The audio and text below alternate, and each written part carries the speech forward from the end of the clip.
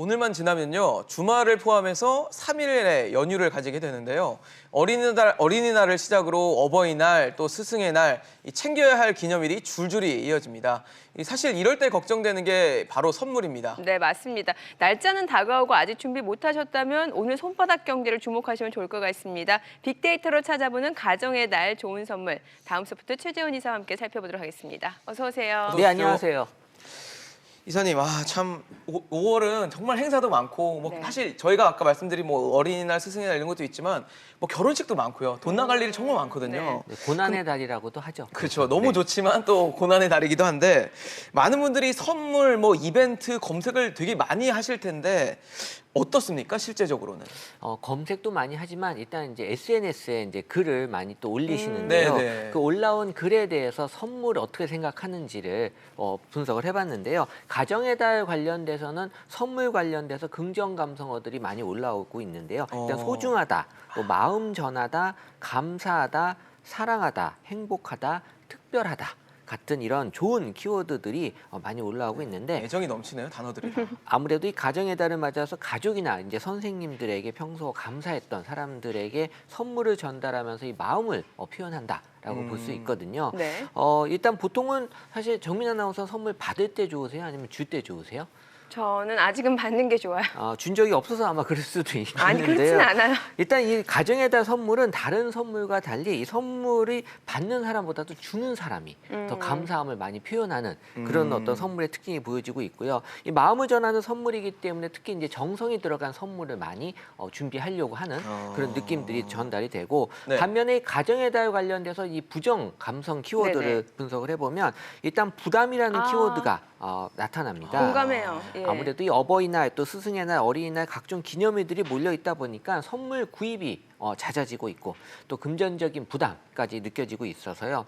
그러니까 또 여러 선물을 또 한꺼번에 구매해야 되니까 또 귀차니즘 그렇죠. 같은 키워드도 올라오고 있는데 어쨌든 매번 형식적으로 이 선물을 하는 것 같다라는 느낌이 들면서 이제 형식적이란 키워드도 같이 나타나고 있었습니다. 네, 사실 가정의 달이라고는 하지만 이게 유난스럽게 챙기지 않는다라는 분들도 최근에 많이 늘어나는 것 같은데 뭔가 변화도 좀 감지가 되지 않을까 싶어요. 이 가족이라는 키워드에 대해서 이제 분석을 해보면요. 2014년에는 한 500만여 건에 대한 키워드가 올라오고 있는데 네. 2018년에는 약간 즉 키워드가 감소세를 보여주고 있습니다. 아무래도 1인 가구가 증가되고 저출산 현상 등으로 인해서 가족이라는 개념 자체가 좀 약해지는 것도 있다라고 볼 수 있고요. 이 가정의 달과 관련된 그 인물 키워드를 분석을 해보면 과거에 비해서 이 자식에 대한 키워드 언급량은 낮아지고요. 대신에 조카는 네. 언급량이 높아집니다. 자식이 있기보다는 조카가 있다라는 얘기고요. 네네. 그러니까 비혼주의가 늘어나고 결혼을 해도 아이를 낳지 않는 부모가 늘어나면서 어린이날에도 자식보다도 조카를 찾는 그런 사람들이 많은 것으로 보여지고 있고요. 이 친구라는 키워드의 순위도 높아지고 있어서 이 가정의 달을 단순한 휴일로 인식하고 가족보다 친구와 시간을 보내는 사람들도 늘어나고 있다라는 걸 알 수 있습니다. 네. 사실 아까 부정 감성어 중에 부담이라는 것에는 아마 선물 때문일 것 같아요. 그러니까 상대방이 좀 마음에 드는 선물을 하고 싶은데 금전적인 부담이 있든 이런 것 때문에 부담이 나왔을 것 같은데 선물 하면은 인기 있는 선물이 어떤 게 있을까도 궁금하거든요. 어린이날부터 일단 분석을 해보면요. 네. 당연히 어린이날은 달라지지 않아요. 장난감. 장난감. 1위, 그리고 인형, 그리고 자전거가 꾸준히 상위권을 차지하고 있고요. 좀 구체적으로 들어가 보면 특정 상품 브랜드의 그 언급량은 좀 낮아지고요. 네. 이 킥보드 같은 키워드의 순위는 높아졌고, 이 또 자전거가 같은 활동적인 그런, 그러니까 아무래도 부모 입장에서는 애들이 좀 운동을 하게 해주는 그런 어떤 선물들을 좀 좋아하는 것 같고, 핸드폰이 올라와 있네요. 네, 휴대폰 키워드도 이제 순위가 높아지면서 이 어린이들도 이 스마트 기기에 대한 관심이 높아진다라는 걸 알 수 있고 이 자녀들은 어린이날에 선물을 받는 것을 좋아하지만 또 놀이공원이나 이 어떻게 보면 부모님과 함께 시간을 보낼 수 있는 선물을 선호하는 게 있어서 네. 입장권 같은 키워드도 나타났습니다.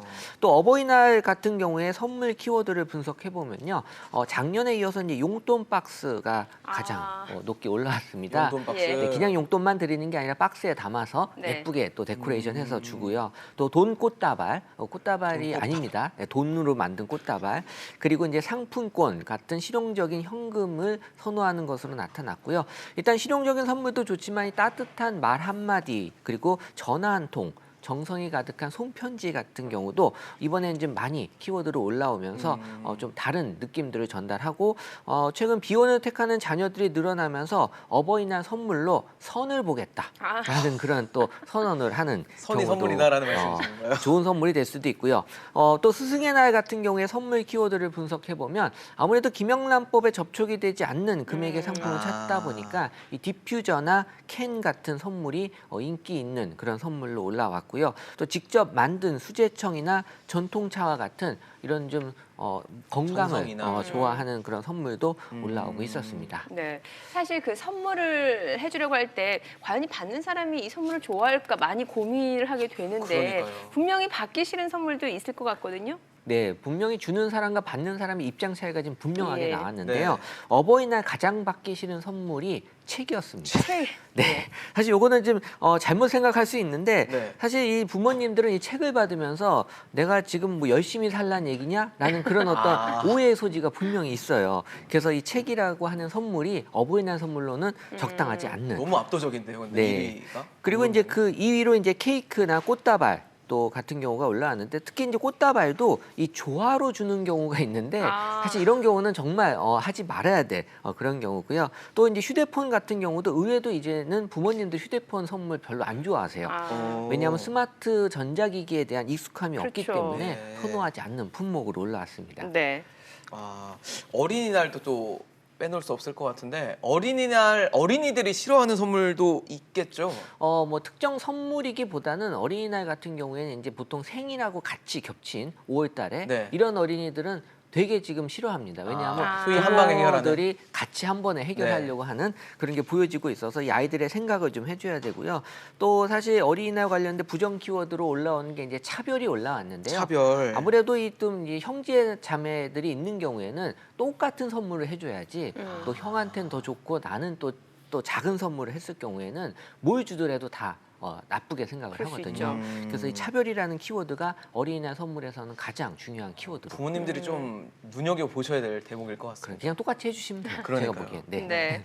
그리고 왜 요즘엔 선물보다는 또 같이 여행 가거나 아니면 호캉스라고 해서 그 호텔에서 머무는 네. 그런 경우도 많고 아니면 취미를 같이 하는 경우도 많이 늘어난다고 하는데 많이 좀 바뀌고 있는 것 같아요. 이게 1인 가구 비중이 높아지면서 이 가족의 의미가 점점 없어지고 있거든요. 네. 그래서 5월에도 혼자 이 여행을 가는 즐기는 사람들이 늘어나고 있는 그 혼영도 지금 인기가 있고 또 이 취미도 이 동호회 위주보다는 혼자 즐기는 그런 어떤 취미 로 즐기면서 이 선물의 이 어떤 트렌드와 달리 이 가정의 달 같은 경우에 가족보다는 나 혼자 즐기려고 하는 트렌드가 좀 많이 올라오고 있었습니다. 네.